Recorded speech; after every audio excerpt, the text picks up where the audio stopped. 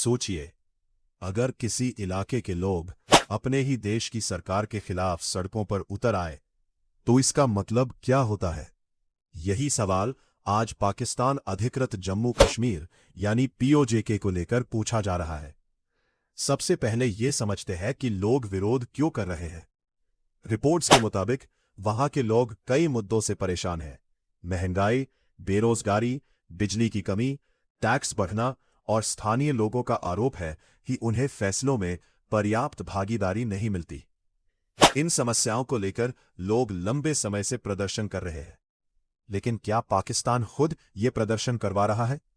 इसका कोई भरोसेमंद सबूत नहीं है कि पाकिस्तान सरकार या सेना खुद ये विरोध करवा रही है।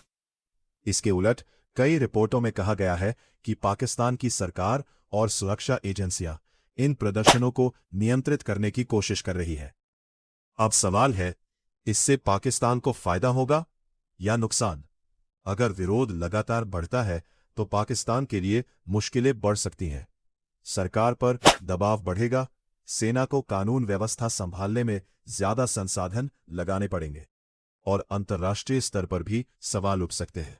यानी राजनीतिक और आर्थिक दबाव बढ़ने की संभावना रहती है। तो क्या पाकिस्तान की सेना को नुकसान होगा?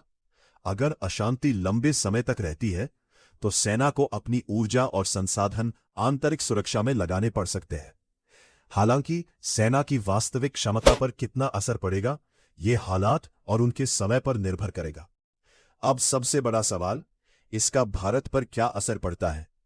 भारत की नजर इन घटनाओं पर बनी रहती है क्योंकि पीओजेके भारत के दावे वाले क्षेत्र का हिस्सा है। अगर वहां हालात बिगड़ते हैं तो सीमा पर सुरक्षा व्यवस्था और निगरानी बढ़ाई जा सकती है। साथ ही भारत अंतर्राष्ट्रीय मंचों पर इस मुद्दे को अपने नजरिए से उठाने की कोशिश कर सकता है। लेकिन फिलहाल ऐसा कोई संकेत नहीं है कि केवल इन प्रदर्शनों की वजह से भारत कोई तत्काल सैन्य कार्रवाई करेगा। कुल मिलाकर पीओजेके में हो रहे विरोध का सबसे बड़ा असर पाकिस्तान की आंतरिक स्थिति पर पड़ सकता है। भारत के लिए यह सुरक्षा और कूटनीतिक नजरिए से महत्वपूर्ण मुद्दा है, लेकिन आगे क्या होगा, ये आने वाले घटनाक्रम पर निर्भर करेगा।